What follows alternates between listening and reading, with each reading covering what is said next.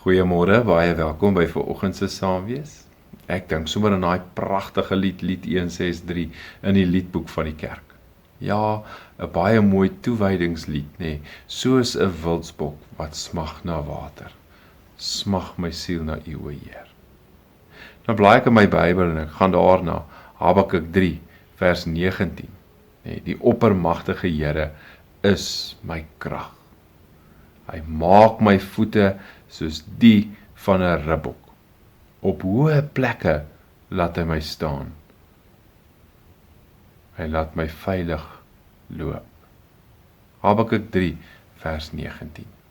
Ja, die lewe is onvoorspelbaar.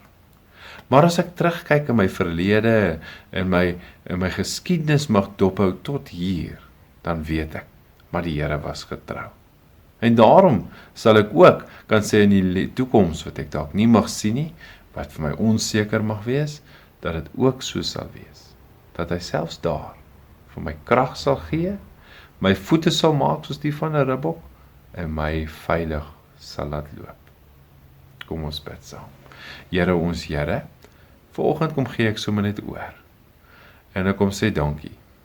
En dat my begeerte is om naby aan U te wees.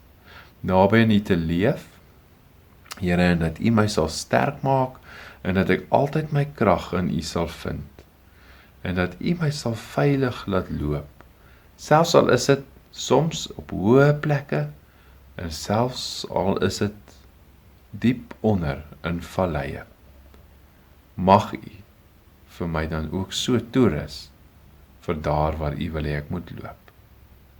Amen. Mag jy 'n mooi en 'n geseënde dag hê.